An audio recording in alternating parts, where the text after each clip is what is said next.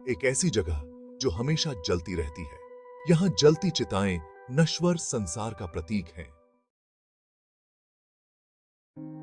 काशी का मणिकर्णिका घाट वो जगह है जहां 24 घंटे चिताएं जलती हैं।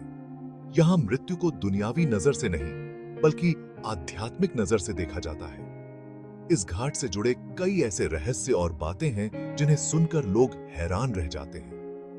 वाराणसी जाने वाले लोग इस घाट पर जरूर जाते हैं। ऐसी मान्यता है कि मृत्यु को अगर समझना है तो इस घाट पर कुछ पल बिताना चाहिए। वाराणसी में मणिकर्णिका घाट पर शवों का अंतिम संस्कार किया जाता है। मृत्यु का जश्न इस तरह मनाया जाता है कि इसे जन्म और मृत्यु के चक्र से मुक्ति और मोक्ष के रूप में देखा जाता है।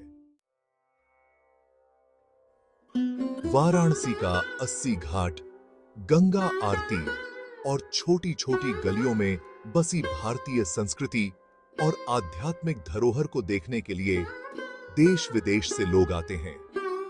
शिव की नगरी काशी अद्भुत है। यही कारण है कि यहां का हर कोना अपने आप में एक कहानी लिए हुए है। काशी या बनारस का मणिकर्णिका घाट मोक्ष का स्थान माना जाता है, लेकिन इसके अलावा भी कुछ बातें हैं जो इस घाट के साथ जुड़ी हैं। कई लोग इन्हें रहस्य मानते हैं तो कई लोग इसे हकीकत मानते हैं। आइए जानते हैं कुछ ऐसी ही बातें।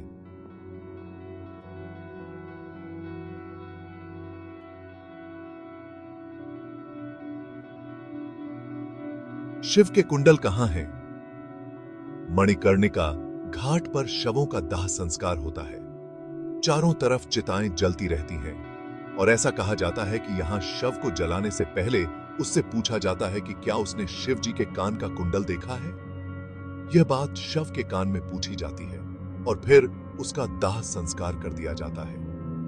ऐसा क्यों किया जाता है, इसे एक रहस्य माना जाता है। पार्वती मां का श्राप। इस घाट के बारे में एक कहानी और प्रचलित है कि इस जगह को मां पार्वती का श्राप लगा हुआ है। यही कारण है कि यहां 24 घंटे चिताएं जलती रहती हैं और यह सिलसिला कभी बंद नहीं होगा। दरअसल प्रचलित कहानी के अनुसार एक बार मां पार्वती की कान की बाली यहां गिर गई, जिसे बहुत ढूंढा गया लेकिन वो नहीं मिली। इसके बाद मां पार्वती बहुत गुस्से में आ गईं और उन्होंने श्राप दिया कि अगर मेरी बाली नहीं मिलती है तो यह स्थान हमेशा जलता रहेगा। और तब से लेकर आज तक दुनिया इधर से उधर हो जाए, यहां 24 घंटे चिताओं की अग्नि जलती रहती है। कुंड का रहस्य। यहां पर विष्णु भगवान ने शिव जी की तपस्या करने के बाद एक कुंड का निर्माण किया था और इसी कुंड से बाद में मां मणिकर्णिका की मूर्ति निकली थी, जो कि सिर्फ साल में एक बार अक्षय तृतीया के दिन निकाली जाती है और पूजन दर्शन के लिए कुंड में स्थित 10 फीट ऊंचे पीतल के आसन पर विराजमान की जाती है। इस कुंड में स्नान करने से मुक्ति मिलती है। आखिर क्या तारक मंत्र देते हैं भगवान शिव? मान्यता है कि काशी में जो भी अपने प्राण त्यागता है, भगवान शिव स्वयं उसके कान में तारक मंत्र बोलते हैं, जिसे जानकर जीवात्मा सीधे जन्म मरण के चक्र से मुक्त हो जाती है। इसलिए काशी में मृत्यु को मंगल कहा जाता है। कितना भी दुर्चारी व्यक्ति या पापी प्राणी क्यों न हो, उसकी मृत्यु यदि यहां होती है तो उसकी मुक्ति सुनिश्चित है।